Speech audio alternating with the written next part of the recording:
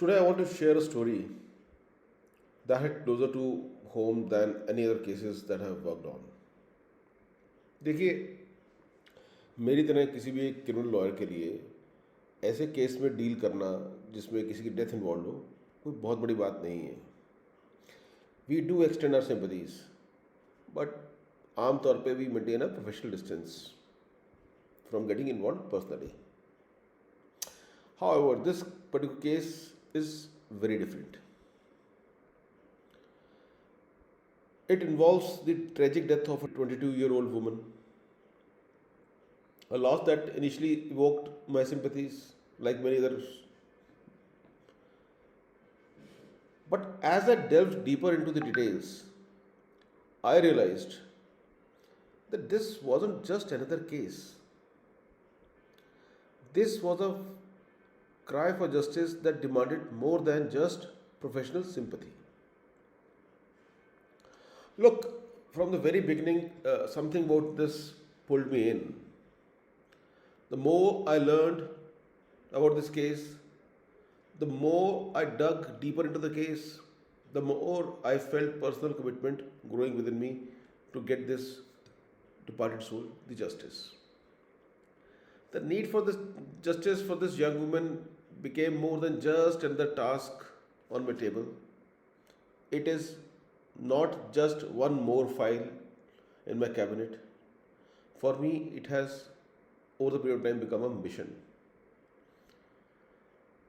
Over the period of time, getting justice for her has evolved into a driving goal not of just my career, for my life. In this case, what I found was that the cases which involve medical negligence or deaths due to medical negligence, there is a shield which the doctors have given by on few judgments of Honorable Supreme Court. The doctors abuse this shield, and the system is there to toe their lines. What I've decided is that I will be putting up all my experiences, the right things which I have done, or perhaps the wrong things which I may have done, in the form of my case notes, which will be titled as Simran Chhabra murder case from investigation to trial. I will also complement this book per se with the series of videos. Through this particular video, I will be sharing the circumstances that led to the death of Simran Chhabra. In subsequent videos, I'll continue to share whatever I am doing in this case. Stay tuned as I walk you through the twists and turns of this heart-wrenching journey. Thank you.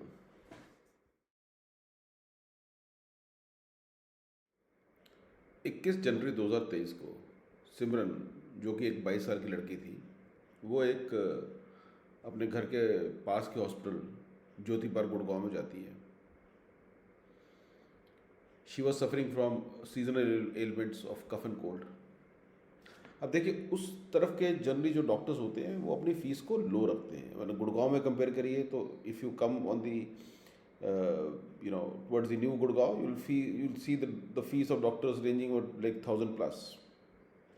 But the doctors who are operating in the where they serve little lower income strata clientele, they keep their fees generally low. लेकिन अपने revenue को maximise करने के लिए वो या तो कोई फालतू का इंजेक्शन लगा देंगे, या ग्लूकोज की बोतल चढ़ा देंगे, या कोई प्रोसीजर कर देंगे. सिमरन के साथ भी कुछ ऐसे ही हुआ. तो इस डॉक्टर ने उसको खांसी जुकाम की शिकायत के बावजूद, and incidentally I was surprised, है ये डॉक्टर लेकिन इसका स्टाफ ही इसको लंगड़ा नाम से बुलाता है, लंगड़ा द लेम. बहरहाल, तो डॉक्टर ने इसको एडमिनिस्टर कर दिया एक इंजेक्शन जिसका नाम है डिक्लोफेनाक सोडियम. ये जो डिक्लोफेनाक सोडियम है, it's also called as in medical term as a NSAID. What is that? Is NSAID, which is non steroidal anti inflammatory drug. अब ये किस काम आता है? ये काम आता है आपके बॉडी के अंदर की इन्फ्लेमेशन को कम, सूजन यानी इन्फ्लेमेशन को कम करने के लिए, और दर्द अगर हो रहा हो उससे इमीडिएट रिलीफ देने के लिए.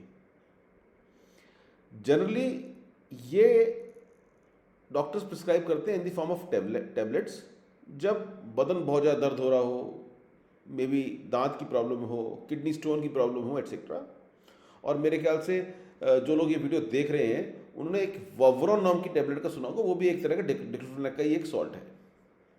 अब ये इंजेक्शन कब देते हैं? ये इंजेक्शन देते हैं when the pain is severe, acute and largely either because of some injury और pains like due to kidney stone.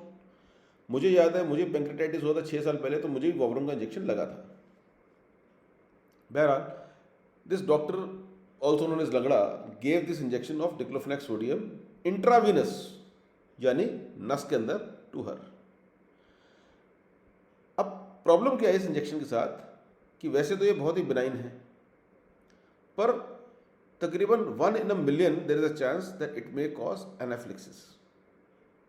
अब एनाफिलिक्सिस क्या होता है? Anaphylaxis is a hyper sensitive reaction against a drug and it's a highly life threatening situation. जितनी मैंने research की है, doctor के पास शायद 2 या 3 मिनट की विंडो होती है पेशेंट को बचाने की, उसकी नहीं तो फिर पेशेंट के सर्वाइवल चांसेस नहीं होते, और वो भी वहीं पेशेंट सर्वाइव करेगा जहाँ पे टर्शरी केयर हॉस्पिटल के अंदर, जहाँ पे बहुत ही बेहतरीन तरह की क्रिटिकल केयर फैसिलिटीज़ अवेलेबल हों। इसमें नहीं थी। बहरहाल इंजेक्शन लग गया। अच्छा, और इंजेक्शन किसने लगाया? इंजेक्शन लगाया एक नर्स ने, जो एक्चुअली नर्स नहीं थी, वहाँ पे काम करने वाली एक बाई थी जो 12वीं पास थी और उसके खुद के कन्फेशन के हिसाब से अभी वहाँ पे काम सीख रही थी। तो हो सकता है डॉक्टर ने उसको ये कहा हो कि इसको इंजेक्शन दे दो, पर वो अनपढ़ जाहिल गंवार जो काम वाली थी, उसने उसको इंट्रामस्कुलर देने की जगह इंट्रावीनस दे दिया। So there was severe hypersensitive reaction. Doctor was called. अब डॉक्टर, हमें नाम से पता चल गया कि वो लगड़ा है। So it took some time for him to reach from his whatever cabin he was sitting in to the emergency where she was lying and injection was given. पर तब तक लड़की बेहोश हो चुकी थी, मुंह से झाग निकल रहा था, बेतहाशा पसीना निकल रहा था, एंड हर तरह के बॉडी फ्लूइड्स बॉडी से निकल रहे थे। And mind you, within minutes body release about 30 to 35% of its moisture when anaphylaxis onsets. उसको पता था कि पेशेंट सर्वाइव नहीं करेगा। उसको पता था that we all are going to lose Simran in few minutes from then. तो उसने सोचा कि सब लीगल कॉम्प्लिकेशन से बचने के लिए ऐसा करते हैं, इसको किसी दूसरे अस्पताल में रेफ़र कर देते हैं, और उसने एक प्राइवेट कार में डाल के उसको दूसरे हॉस्पिटल में भेज दिया where she was declared as brought dead. देखिए, अभी तक तो आपको लगेगा it's a normal case of medical negligence. So was my opinion when this case came to me. But in further videos, I will unravel the reasons why and how this case became that one special case for me. Till then, keep yourself safe. Though I don't suggest you to doubt on your doctors, but there is no harm in asking valid questions about the treatments they give you. Thank you.